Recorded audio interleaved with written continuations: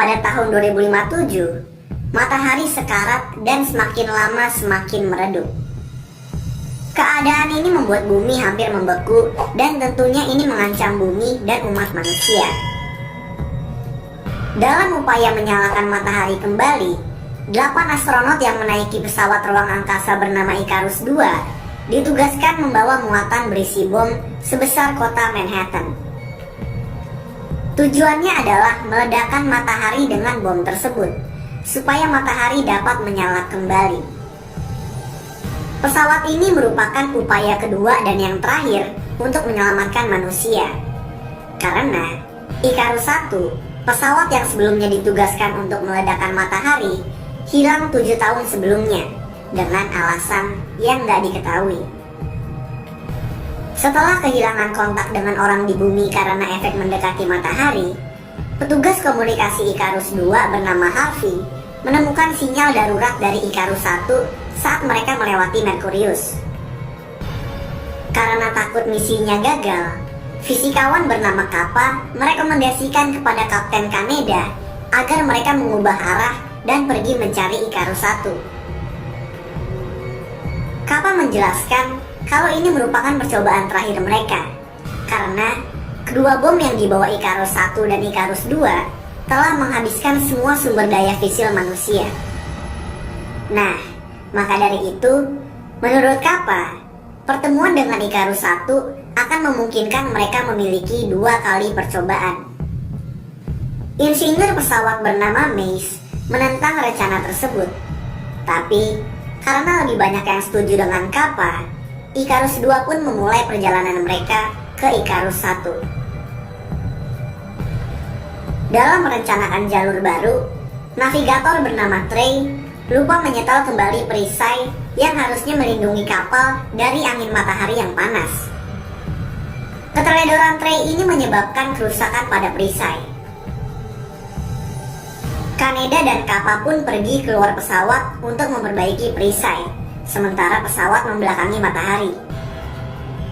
Tapi, kebakaran di taman oksigen pesawat yang disebabkan oleh pantulan sinar matahari menyebabkan pesawat secara otomatis menyesuaikan diri dan kembali menghadap matahari. Kappa kembali masuk ke pesawat, sementara Kaneda mengorbankan dirinya untuk menyelesaikan perbaikan. Trey menyalahkan dirinya sendiri atas tewasnya Kaneda dan hancurnya taman oksigen. Karena perasaan bersalah yang terus-menerus, psikiater bernama Searle menilai Trey membahayakan keberlangsungan misi. Jadi, Searle pun membiusnya untuk sementara waktu. Icarus II akhirnya menemui Icarus I, dan mereka memasang pengunci udara yang menghubungkan kedua pesawat tersebut. Kappa, Searle, Harvey, dan Mace naik ke Icarus I, meninggalkan co-pilot bernama Casey dan ahli botani bernama Corazon di Icarus II bersama dengan Trey. Nah, ternyata setelah diselidiki, Icarus I masih memiliki taman oksigen dan muatan bom yang masih berfungsi. Tapi sayangnya, komputer pesawat telah disabotase, yang membuat pengiriman muatan bom kedua menjadi nggak memungkinkan. Mace kemudian menemukan video yang ditinggalkan oleh Kapten Pinbacker, yaitu pemimpin pesawat Icarus I yang sangat religius. Pinbacker mengatakan kalau misi tersebut sengaja dia gagalkan, karena dia berpikir sekaratnya matahari yang bisa memusnahkan umat manusia ini merupakan kehendak Tuhan. Para anggota Icarus I ditemukan tewas di ruang observasi matahari, terkena sinar matahari tanpa memakai jendela pelindung.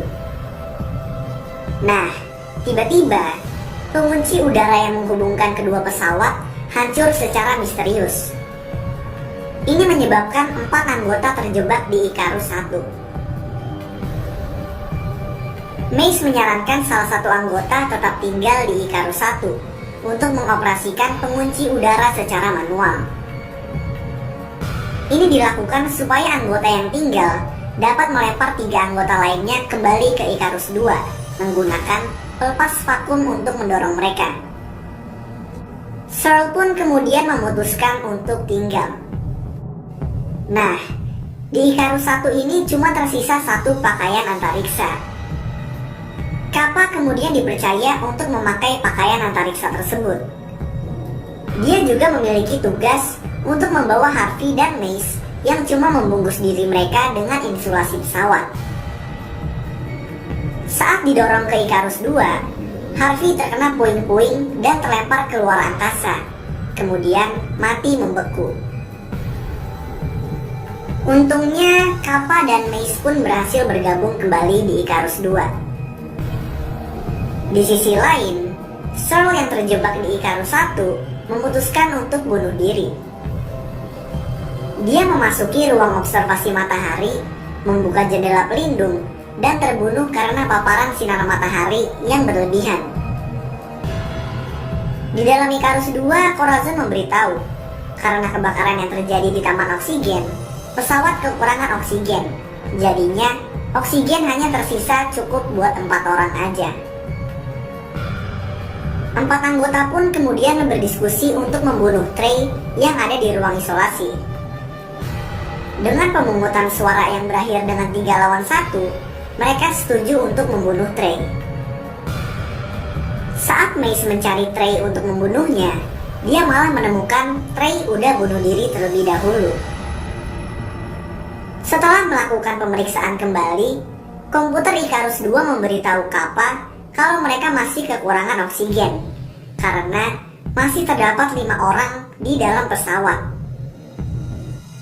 Komputer kemudian memberitahu kalau orang kelima ada di dalam ruang observasi.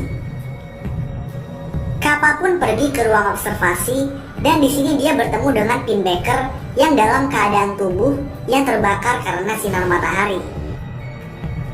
Kappa lalu diserang sama Pinbacker yang udah jadi psikopat. Dan setelah itu, dia kabur ke sebuah ruangan. Pinbacker kemudian mengunci pintu ruangan tersebut dari luar, membuat Kappa terjebak di dalamnya. Pinbacker lalu menyabotase Icarus 2 dengan mencabut mainframe dari bak pendinginnya. Dicabutnya mainframe ini menyebabkan server komputer Icarus 2 mati.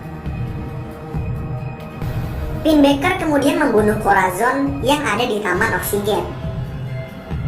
Setelah itu, Pinbacker mengejar Casey yang kabur ke dalam muatan bom. Sementara itu, Mace yang berhasil mengaktifkan kembali mainframe secara manual, kakinya terjebak di bak pendingin dan kemudian mati membeku. Di sisi lain, Kappa menggunakan pakaian antariksa dan kemudian berhasil mencari cara untuk membuka pintu ruangan. Dia kemudian memisahkan muatan bom dan berjalan ke pintu depan pesawat. Saat muatan dan Icarus 2 terpisah, Kappa menggunakan pakaian antariksanya untuk terbang ke muatan. Ini dilakukan supaya dia bisa mengemudikan dan menyalakan muatan bom secara manual. Saat dia mencapai muatan bom, pendorong muatan menyala dan membakar Icarus 2 sampai meledak.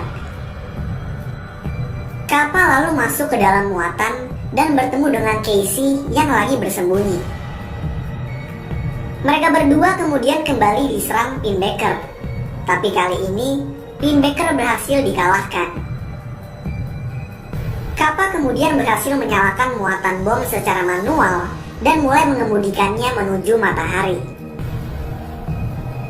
Ketika sudah sangat dekat dengan matahari dan muatan bom mulai meledak, Kappa menemukan kedamaian dan menerima kematiannya.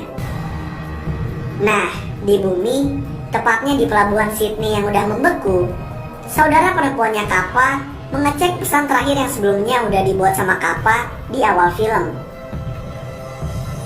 Dia kemudian melihat matahari kembali bersinar dengan sangat cerah. Ini menjelaskan kalau Kappa telah berhasil menyelesaikan misi. Lalu film pun selesai.